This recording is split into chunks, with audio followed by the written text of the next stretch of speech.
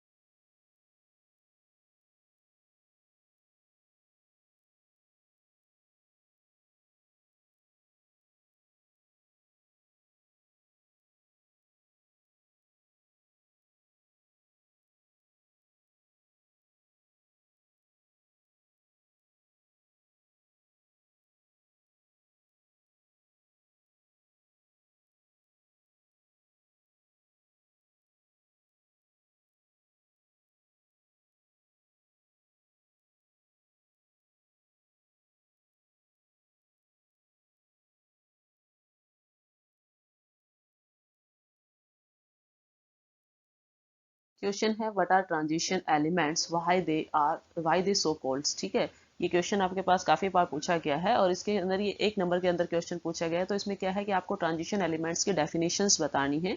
तो जो transition elements होते हैं देखिए स्टूडेंट्स, वो क्या होता है आपके पास, those elements which have partially filled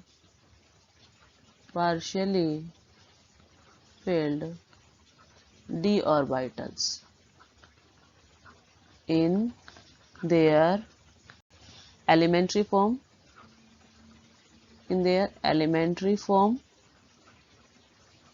or in their most common oxidation state, उसको क्या बोला जाता है, ट्रांजिशन एलिमेंट्स। अब देखिए इसको कहता है कि हम ट्रांजिशन एलिमेंट्स को ट्रांजिशन एलिमेंट्स ही क्यों कहते हैं। मेनली जब हम बात करते हैं तो ट्रांजिशन एलिमेंट्स क्या होते हैं आपके पास भाई, डी ब्लॉक एलिमेंट्स होते हैं। डी ब्लॉक एलिमेंट्स को ही हम क्या बोलते हैं, ट्रांजिशन एलिमेंट्स। ये जो है कहाँ लाई करते हैं, they lie between S and P block. ठीक है, एस और पी ब्लॉक के बीच में लाई करते हैं, दैट्स वाई हम इनको बोलते हैं ट्रांजिशन एलिमेंट्स। ठीक है, और इसके बाद अंदर क्या है आपके पास, जो वैलेंस इलेक्ट्रॉन्स हैं, वैलेंस इलेक्ट्रॉन जो है वो कहाँ जाते हैं आपके पास, n-1d सेल के अंदर। ठीक है, तो यहाँ पे पास क्या होता है, ट्रांजिशन एलिमेंट्स। इसको ट्रांजिशन एलिमेंट्स इसलिए बोलते हैं क्योंकि ये लाई करते हैं एस एंड पी ब्लॉक्स के बीच में। ठीक है, ये है नेक्स्ट क्वेश्चन आपके पास है, मैग्नेटिक मोमेंट आपसे पूछा गया है कितना होता है आयरन 3 पॉजिटिव का। तो देखिए आयरन 3 पॉजिटिव जो है, यदि हम उसकी इलेक्ट्रॉनिक कन्फिग्रेशन की बात करें तो वो क्या होती है, argon 3d and 4s। 4s के अंदर यहाँ आयरन के अंदर 2 इलेक्ट्रॉन होते थे और आयरन जो है 26 था। ठीक है, तो 26 है तो आपके पास इलेक्ट्रॉन्स हुए इसमें इस तरह से। लेकिन जब हम क्या करते हैं, 3 इलेक्ट्रॉन्स रिमूव करते हैं तो 2 इलेक्ट्रॉन्स तो हमने एस से रिमूव कर दिए एंड 1 इलेक्ट्रॉन्स हमने डी से रिमूव करते हैं। इट मीन्स आपके पास जो यहाँ इलेक्ट्रॉन्स बचे डी में वो कितने बचे, 5। ठीक है, तो आप 5 डी ऑर्बिटल्स को फिलअप करवाते हो डी ऑर्बिटल्स के अंदर। तो हमारे पास कैसे फिलअप किए जाएंगे, 1 2 3 4 एंड 5। तो स्टूडेंट्स यहाँ आपके पास नंबर ऑफ अनपेयर्ड इलेक्ट्रॉन कितने हैं, अनपेयर्ड इलेक्ट्रॉन जिन्होंने पेयरिंग नहीं की है वो कितने हैं, 5। ठीक है, आपके पास मैग्नेटिक मोमेंट निकालने के लिए फॉर्मूला होता है √n × n+2। ठीक है, n यहाँ पे क्या होते हैं, नंबर ऑफ अनपेयर्ड इलेक्ट्रॉन्स, वो कितने गिवन है आपके पास, 5, देन 5 + 2 दैट्स इक्वल टू 35 और उसकी वैल्यू जो आपके पास आती है 5.89 बोर मैग्नेटॉन। ठीक है, तो आपके पास यहाँ क्या आ जाएगा, इसका क्या रखे हैं यहाँ, जो इसके अंदर जो फिल इन द ब्लैंक्स में आएगा फर्स्ट केस में वो क्या आएगा आपके पास 5.89, दैट इज 5.89। ठीक है, सेकंड थिंग्स ये किसकी वजह से आया है, due to the presence of how many unpaired electron, 5। ये था आपके पास कि मैग्नेटिक मोमेंट 5.89 होता है Bohr magneton in Fe3 positive due to the presence of 5 unpaired electrons.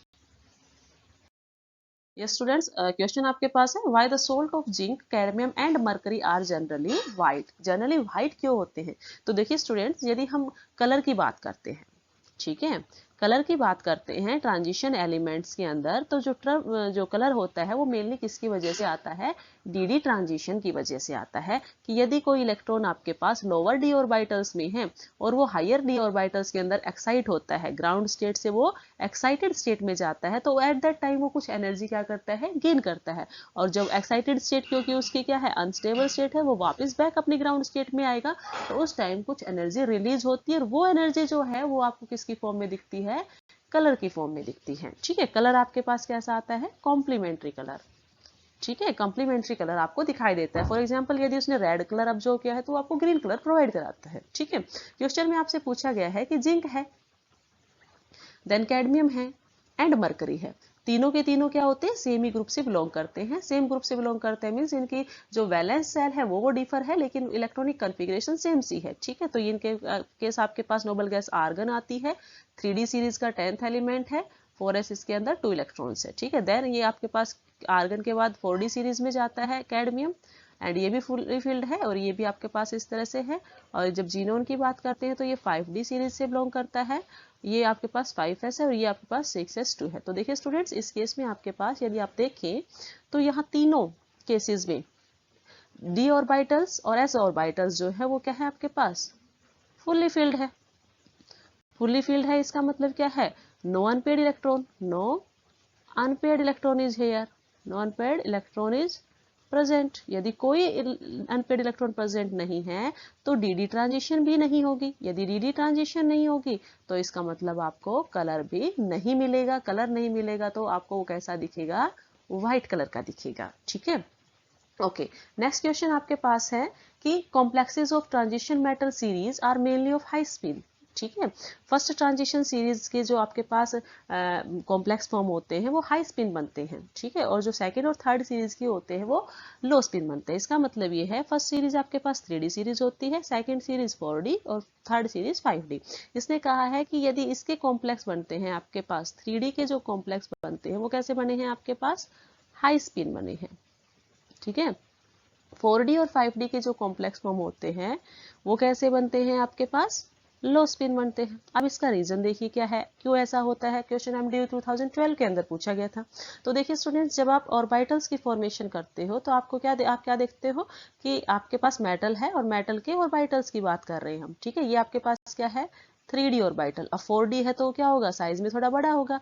तो ये आपके पास क्या हो गया, ये क्या है आपके पास 4D है। और नेक्स्ट वाला जो आपके पास मिलेगा वो क्या मिलेगा, 5D मिलेगा। नेक्स्ट वाला क्या मिलता है आपके पास, 5D। Actually these are not too much large.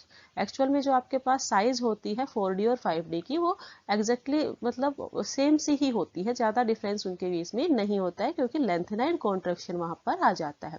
तो ये आपके पास क्या है, 5D सीरीज है और ये भी आपके पास क्या है, 5D सीरीज है। ठीक है, तो जब यहाँ लिगेंड के पास कोई मेटल के पास कोई लिगेंड आता है, ठीक है, तो वो क्या करता है, कॉम्प्लेक्स की फॉर्मेशन करता है। तो देखिए ये जो 5D का है लिगेंड, 5D जो ऑर्बिटल है वो लिगेंड के साथ स्ट्रॉन्ग इंटरेक्शन फॉर्म करता है। ठीक है, ऐसे ही 4D वाला भी क्या करेगा, स्ट्रॉन्ग इंटरेक्शन फॉर्म करेगा। लेकिन 3D क्योंकि अंदर बरीड है तो इसका मतलब ये इंटरेक्शन वीक इंटरेक्शन है।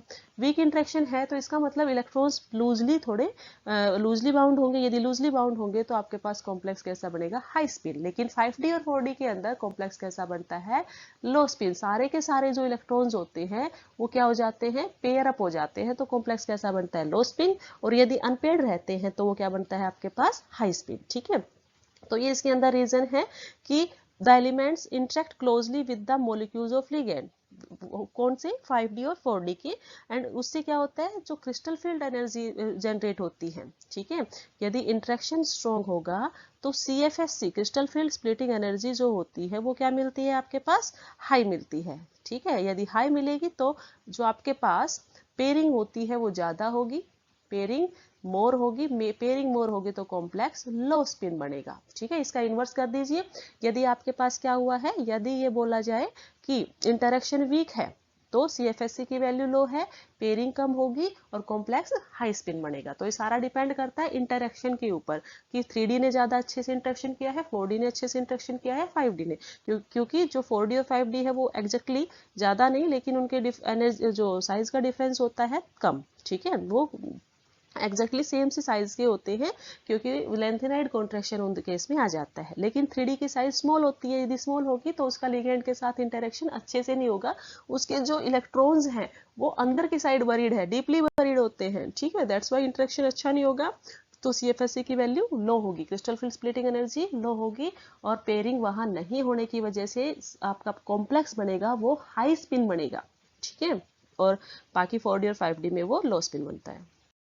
नेक्स्ट क्वेश्चन आपके पास है, calculate the spin only magnetic moment. ठीक है, ये जो आपके पास निकिल दिया है, निकिल +2 दिया रखा है, तो निकिल जो है वो 3D सीरीज से बिलोंग करता है।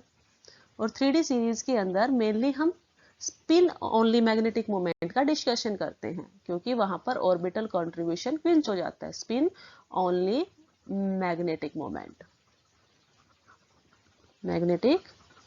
मोमेंट का डिस्कशन करते हैं। और उसके लिए जो आपके पास फॉर्मूला होता है स्पिन ओनली मैग्नेटिक मोमेंट का, म्यू इज इक्वल टू क्या होता है, √m n into n plus two. Okay, n यहाँ पर क्या है, number of unpaired electrons, number of unpaired electrons. दो स्टूडेंट्स, आपने क्या देखना है, आपने देखना है निकिल। आपके पास क्या गिवन है, निकिल गिवन है +2 ऑक्सीडेशन स्टेट में। तो पहले हम क्या करेंगे, निकिल की इलेक्ट्रॉनिक कन्फिग्रेशन लिखेंगे ग्राउंड स्टेट के अंदर। तो आपको पता है निकिल 28 होता है, तो इसकी इलेक्ट्रॉनिक कन्फिग्रेशन क्या हो जाएगी, argon 3d8 and 4s2। Now आपने क्या करना है, +2 में मतलब एक्साइटेड स्टेट जो है उसके अंदर +2 मीन्स 2 इलेक्ट्रॉन्स आपने रिमूव करने हैं। ठीक है, तो आप क्या लिखोगे, इसके अंदर 4s जो है, 4s तो आपके पास क्या हो जाएगा, एम्पैटी हो जाएगा, और इलेक्ट्रॉन्स कहाँ बचेंगे, सिर्फ 8 इलेक्ट्रॉन बचेंगे डी में। तो आप डी इलेक्ट्रॉन्स के अंदर जब 8 इलेक्ट्रॉन्स की फिलिंग कराते हैं, 1 2 3 और 4 5, आपके पास 5d orbital, this is a D orbital. कौन सा है, 3d ऑर्बिटल्स। अब इसके अंदर हमें इलेक्ट्रॉन्स की फिलिंग करनी है। इलेक्ट्रॉन्स कैसे फिल करोगे, आपके पास कितने इलेक्ट्रॉन्स गिवन है, आपके पास 8 इलेक्ट्रॉन गिवन से 8 इलेक्ट्रॉन्स को पहले हाफ फिल्ड करोगे पूरे ऑर्बिटल्स को। ठीक है, देन आप इसको क्या कराओगे, नेक्स्ट इलेक्ट्रॉन फिलअप करते हुए पेयरिंग करोगे। तो यहाँ आपने देखा कि मेनली यहाँ आपके पास 2 अनपेयर्ड इलेक्ट्रॉन्स है। फॉर्मूले के अंदर भी हमें क्या चाहिए, हमें जब म्यू मैग्नेटिक मोमेंट निकालना है, स्पिन ओनली मैग्नेटिक मोमेंट, तो हमें तो अनपेयर्ड इलेक्ट्रॉन्स चाहिए। अनपेयर्ड इलेक्ट्रॉन आपके पास कितने आए हैं, 2 आए हैं। तो 2 + 2 ये आपके पास आ जाता है 2 × 4 दैट इज √8। वैल्यू आपके पास कुछ आएगी 2.87 समथिंग। ठीक है, बोर मैग्नेटॉन। ठीक है, जितने अनपेयर्ड रहेंगे इलेक्ट्रॉन उतने ही उसके मैग्नेटिक मोमेंट की वैल्यू आती है। ठीक है, तो ये इसकी spin only magnetic mu spin बोलेंगे आप, म्यू स्पिन। ठीक है, निकिल की म्यू स्पिन की वैल्यू आपके पास 2.87 आती है। क्वेश्चन MDU 2011 के अंदर पूछा गया था। क्वेश्चन आपके पास है भाई, क्रोमियम एंड कॉपर, क्रोमियम है और कॉपर है, one is chromium another one is copper. Okay, chromium आपके पास 24 होता है, कॉपर आपके पास 29 होता है। क्वेश्चन में बोला गया है कि इनकी इरेगुलर इलेक्ट्रॉनिक कन्फिग्रेशन क्यों है। रेगुलरली यदि देखी जाए तो 24 है, इट मींस इसकी इलेक्ट्रॉनिक कन्फिग्रेशन आपके पास होनी चाहिए 3d4 एंड 4s2। ठीक है, ये आपके पास आर्गन 18 हुए और ये आपके पास 20 20 24। नाउ यदि कॉपर की लिखते हैं तो आपके पास आर्गन, देन आपके पास बनता है 3d9 एंड 4s2।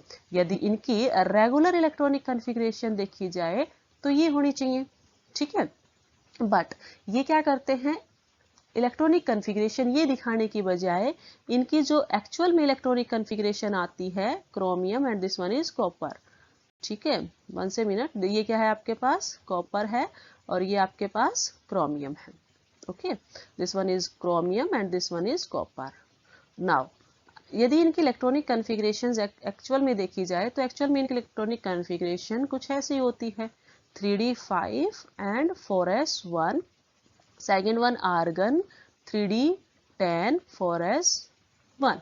ठीक है, यहाँ जो हमने क्या किया है, यहाँ इस केस में हमने इलेक्ट्रॉन्स जो है 4s ऑर्बिटल से d ऑर्बिटल्स के अंदर जो है ट्रांसफर कर दिया है। ऐसा क्यों हुआ है, क्योंकि फर्स्ट केस के अंदर यदि ऐसा किया गया तो हाफ फिल्ड इलेक्ट्रॉनिक कन्फिग्रेशन दिखती है, सेकंड केस में ऐसा किया जाए तो fully filled electronic configuration appear होती है। और आपको पता है ये कन्फिग्रेशन क्या होती है, स्टेबल इलेक्ट्रॉनिक कन्फिग्रेशन होती है। That's why they show irregular electronic configuration, they show irregular electronic configuration because half filled and fully filled electronic configuration are more stable than other electronic configurations. Next question आपके पास पूछा गया है, describe the structure of NiCO4, nickel tetra carbonyl की structure आपको form करनी है। ठीक है, क्वेश्चन MDU 2015 के अंदर पूछा गया है। तो स्टूडेंट्स इसके अंदर जब हम निकिल CO4 की स्ट्रक्चर देखते हैं तो वो होती है आपके पास टेट्राहेड्रल।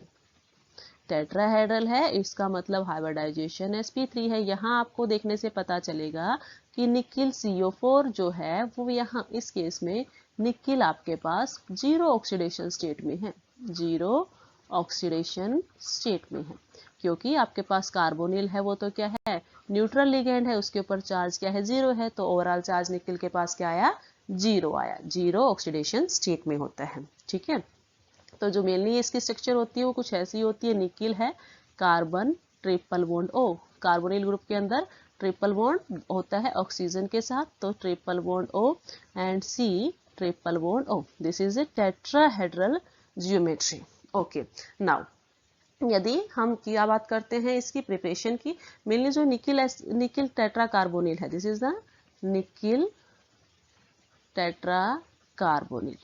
ठीक है, ये एक रिएजेंट है जिसको हम किस में यूज करते हैं, मोन्ड्स प्रोसेस में, निकिल के प्यूरिफिकेशन के लिए. ठीक है, तो मेनली यदि आपसे इसकी प्रिपरेशन पूछ ली जाती है तो प्रिपरेशन इसकी करते हैं कैसे हम, हमारे पास जो निकिल ऑक्साइड होता है उसका हम क्या करा देते हैं, हाइड्रोजिनेशन करवाते हैं. ठीक है, तो जब हाइड्रोजिनेशन करवाएंगे तो आपके पास क्या निकल के आता है, मेनली निकिल की फॉर्म की बजाय निकिल ऑक्साइड की फॉर्म में होता है, तो आपके पास यहाँ से वाटर रिमूव हो जाएगा. फिर जो निकिल आपके पास होता है उसको आप क्या करते हैं, 4 मोल्स ऑफ कार्बोनिल के साथ रिएक्शन करवा के आप NiCO4 की प्रिपरेशन कर दोगे निकिल टेट्रा कार्बोनिल की.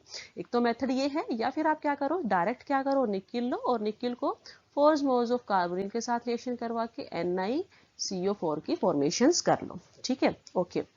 अब देखिए ये जो आपके पास कंपाउंड बना है NiCO4 दैट इज निकिल का टेट्रा कार्बोनिल, ये कैसा होता है आपके पास, पेल येलो लिक्विड होता है, पेल येलो वोलेटाइल लिक्विड होता है, वोलेटाइल लिक्विड होता है.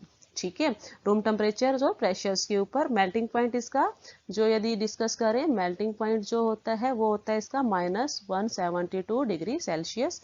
बॉइलिंग पॉइंट की बात करें तो वो होता है इसका 43 डिग्री सेल्सियस. ओके, जनरली इसकी सोल्युबिलिटी की बात करें तो ये क्या होगा, soluble in organic solvents like alcohol, benzene, ether वगैरह में. And one thing about it, it is poisonous in nature, थोड़ा जहरीला होता है. Its vapours are toxic in nature, यदि इसके हम वेपर्स की बात करें तो वो क्या होंगे, टॉक्सिक्स होते हैं. ठीक है, तो ये था आपके पास निकिल टेट्रा कार्बोनिल. जब इसकी केमिकल प्रॉपर्टीज की बात करते हैं, these are the preparation, these are some properties. And जब इसकी केमिकल प्रॉपर्टीज की बात करते हैं तो निकिल टेट्रा कार्बोनिल को यदि आप हीट कर देते हो, ठीक है, अप्रोक्स 200 डिग्री सेल्सियस पे, तो आपके पास क्या निकलता है, निकिल प्लस में 4 कार्बोनिल कंपाउंड्स. ठीक है, जो CO है कार्बन मोनोऑक्साइड वो यहाँ से रिलीज हो जाती है. ठीक है, सेम इसी तरह से यदि आप क्या करते हो, NiCO4 है और उसको रिएक्ट कराते हो Cl2 के साथ, तो आपके पास क्या बनता है, NiCl2 प्लस में अगेन 4 कार्बोनिल यहाँ से रिलीज हो जाती है. ठीक है, तो ये कुछ इसकी केमिकल रिएक्शंस है, कुछ इसकी प्रॉपर्टीज हैं एंड कुछ इसकी स्ट्रक्चर्स जो हमने जो इसकी स्ट्रक्चर शो की है दैट इज टेट्राहेड्रल स्ट्रक्चर्स, वो ये निकिल के बारे में है. नेक्स्ट क्वेश्चन आपके पास है कि ऑर्बिटल्स जो है 4s के वो पहले भरे जाते हैं 3D से, ऐसा क्यों. ठीक है, क्वेश्चन MD 2016 के अंदर पूछा गया. तो देखिए स्टूडेंट्स, आपके पास जब हम 4s एंड 3D का डिस्कशन करते हैं, ठीक है, तो जब हम बाहु रूल को फॉलो करते हैं तो बाहु रूल्स के अकॉर्डिंग हम क्या करते हैं, इंक्रीजिंग ऑर्डर में भरते हैं इलेक्ट्रॉन्स को. ठीक है, ऑर्बिटल्स की इंक्रीजिंग एनर्जी के अकॉर्डिंग. एंड सेकेंड रूल आपके पास आता है N+L रूल. ठीक है, इसके अकॉर्डिंग क्या है, जिसकी N+L की वैल्यू क्या आएगी, लो आएगी, उसी के अंदर इलेक्ट्रॉन्स फर्स्ट भरे जाएंगे. ठीक है, तो देखिए जब आप इसके केस में बात करते हैं तो n की वैल्यू यहाँ पर 4 है, l की वैल्यू यहाँ 0 है, ऐसे n की वैल्यू 3 है और l की वैल्यू यहाँ 2 है. टोटल सम इसका 4 आता है और इसका 5 आता है. ठीक है, इसका मतलब 4s के N+L की वैल्यू क्या है, लो है. It means electron first 4s के अंदर फिल किए जाएंगे. ठीक है, सेकेंड थिंग्स इसमें क्या है, यदि हम पेनिट्रेशन इफेक्ट देखते हैं, तो S का P से ज्यादा होता है, P का D से और D का F से ज्यादा होता है. ठीक है, तो पेनिट्रेशन के इफेक्ट से क्या होता है, जो डिग्री ऑफ पेनिट्रेशन होती है इलेक्ट्रॉन्स की वो क्या करती है आपके पास, उससे इलेक्ट्रॉन्स एडअप होते हैं 4s के अंदर. देन 3D ड्यू टू मोन पेनिट्रेशन और interaction with the nuclear charge cloud, क्योंकि S ऑर्बिटल ये आपके पास न्यूक्लियस है. ठीक है, तो इसमें जो S का पेनिट्रेशन पावर होता है वो क्या होगा, P से कम ज्यादा होगा, P का D से और D का F से. तो पेनिट्रेशन ज्यादा होने की वजह से ये न्यूक्लियर चार्ज के ज्यादा पास रहेंगे. दैट्स वाई इलेक्ट्रॉन जो है S के अंदर भरे जाते हैं देन 3D के. नेक्स्ट क्वेश्चन आपके पास है, give the formula to calculate spin only magnetic moment. ठीक है, स्पिन ओनली मैग्नेटिक मोमेंट को काउंट करने के लिए आपको फॉर्मूला देना है. ठीक है, तो म्यू स्पिन का मतलब है ओनली स्पिन कंसीडर की जा रही है, तो इसके लिए जो फॉर्मूला होता है that is and into n+2। ठीक है, एन हमने बताया कि यहाँ पर क्या होता है, number of unpaired electrons, number of unpaired electron. For example यदि मैं निकिल 2 पॉजिटिव की बात करूं तो निकिल के अंदर 3d 8 होता है एंड 4s 0। ठीक है, तो यहाँ नंबर ऑफ अनपेयर्ड इलेक्ट्रॉन यदि आप देखो, कैसे देखेंगे, हम डी के अंदर इलेक्ट्रॉन्स की फिलिंग कराएंगे। यदि इलेक्ट्रॉन्स की फिलिंग आपने करवाई तो आपने लिखा इसके अंदर 8 इलेक्ट्रॉन्स की फिलिंग मुझे करनी है, तो आपके पास 2 अनपेयर्ड इलेक्ट्रॉन्स चाहिए। तो इससे के अकॉर्डिंग यदि मैं म्यू स्पिन निकालूं निकिल के केस के अंदर, तो म्यू स्पिन इसके केस में क्या हो जाएगा, 2 × 2 + 2 दैट इज √8 एंड वैल्यू आपके पास 2.89 बोर मैग्नेटोन आती है। बोर मैग्नेटोन इसकी यूनिट्स होती है मैग्नेटिक मोमेंट की। ठीक है, नेक्स्ट क्वेश्चन आपके पास है, write the electronic configuration of Hg2 positive. तो देखिए स्टूडेंट, जिंक है, कैडमियम है और मरकरी है, ये तीनों के तीनों एक ही ग्रुप से बिलोंग करते हैं। तो तीनों की इलेक्ट्रॉनिक कॉन्फ़िगरेशंस क्या होती है आपके पास, सिर्फ 3d 4d and 5d, D and D. यहाँ पे आपके पास क्या है, s है, s एंड s है, 4 5 एंड 6 ये फिलअप होते हैं पूरे, और ये आपके पास 10th एलिमेंट होते हैं 3d सीरीज का, 4d और 5d। अब इसने कहा है कि आपको देनी है Hg2 पॉजिटिव की इलेक्ट्रॉनिक कॉन्फ़िगरेशंस। ठीक है, कैसे फाइंड आउट करोगे, आपके पास 5d के अंदर 10 इलेक्ट्रॉन बचेंगे और जो 6s है वो एम्प्टी हो जाएगा। तो ये इसकी इलेक्ट्रॉनिक कॉन्फ़िगरेशन हुई। क्वेश्चन IGU 2018 के अंदर पूछा गया था, जर्नल सिंपल सा क्वेश्चन था, आपको इलेक्ट्रॉनिक कॉन्फ़िगरेशन जो है वो राइट डाउन करनी है। इसके लिए आप जो मैंने ट्रिक्स बताई है डी ब्लॉक एलिमेंट्स को रिमेंबर करने के लिए, उसको रिमेंबर कीजिए और उसी के अकॉर्डिंग इजिली आप इलेक्ट्रॉनिक कॉन्फ़िगरेशन राइट डाउन कर सकते हो। नेक्स्ट क्वेश्चन आपके पास है, write the general electronic configurations of D block elements. देखिए स्टूडेंट्स, जो डी ब्लॉक एलिमेंट्स होते हैं उसके लिए हमने क्या कहा है कि D block elements are those elements which have partially filled d orbitals, जिसके पास पार्शियली फिल्ड हैं, that R D block elements. इनको हम ट्रांजिशन एलिमेंट्स भी बोलते हैं। तो इसकी जर्नल इलेक्ट्रॉनिक कॉन्फ़िगरेशन आपको देखनी है। ठीक है, तो जर्नल इलेक्ट्रॉनिक कॉन्फ़िगरेशन इसकी होती है n-1 d 1 to 10 and ns2। ठीक है, ये इसकी जनरल इलेक्ट्रॉनिक कॉन्फ़िगरेशन होती है। यहाँ n जो है वो 3d सीरीज भी हो सकती है, 4d सीरीज भी और 5d सीरीज से बिलोंग कर सकते हैं। d के अंदर जो इलेक्ट्रॉन्स है वो 1 to 10 वेरी कर सकते हैं। ठीक है, फॉर एग्जांपल यदि मैं स्कैंडियम की बात करूँ, स्कैंडियम 21 होता है, 3d सीरीज का फर्स्ट एलिमेंट है। तो इसकी जो इलेक्ट्रॉनिक कॉन्फ़िगरेशन होती है वो आर्गन, देन आपके पास आता है 3d1 4s2। ठीक है, ये इसकी इलेक्ट्रॉनिक कॉन्फ़िगरेशन है। डी के अंदर 1 इलेक्ट्रॉन्स, मींस आपने कहा कि डी यहाँ पर क्या है, ये इसको मैंने n-1 इसलिए बोला है क्योंकि आपके पास आउटर मोस्ट सेल क्या है, n है, n मींस यहाँ पर 4 है, तो 4 - 1 दैट इज 3। डी के अंदर इलेक्ट्रॉन कितने हैं, 1 एंड 4s2। तो ये आपके पास क्या हो गया, 3d1 4s2। Okay, that's why n-1 d 1 to 10 ns2. Now next question आपके पास है, write the number of unpaired electron in Fe3 positive। तो इस तरह के जो क्वेश्चन है उसमें आपको एक एटॉमिक नंबर याद होना चाहिए जिस भी एलिमेंट्स का पूछा गया है। ठीक है, इसके लिए आप डी ऑर्बिटल जो आपके पास डी ब्लॉक है उसको याद करने के लिए जो ट्रिक्स है आप उसको याद रख के इसकी एटॉमिक नंबर को याद रख सकते हो। क्वेश्चन आपके पास MD 2018 के अंदर पूछा गया है। तो देखिए स्टूडेंट्स, आपके पास आयरन गिवन है, आयरन का एटॉमिक नंबर 26 होता है। 26 के अकॉर्डिंग एक 3D सीरीज से बिलोंग करता है। तो ये क्या होगा, इसका electronic configuration 3d6 and 4s2। Now यदि हमें Fe3 पॉजिटिव की इलेक्ट्रॉनिक कॉन्फ़िगरेशन लिखनी है, मींस वो क्या हो जाएगी, हमें 3 इलेक्ट्रॉन्स को डिटेक्ट करना पड़ेगा। s इलेक्ट्रॉन से डिटेक्ट करेंगे क्योंकि हमें पता है इलेक्ट्रॉन्स हम रिमूव भी s से करते हैं और डालते भी s में है फर्स्ट। तो ये आपके पास क्या हो गया, 3d5। ये इसकी क्या हुई आपके पास इलेक्ट्रॉनिक कॉन्फ़िगरेशंस। सॉरी, इसमें हमें नंबर ऑफ अनपेयर्ड इलेक्ट्रॉन्स निकाल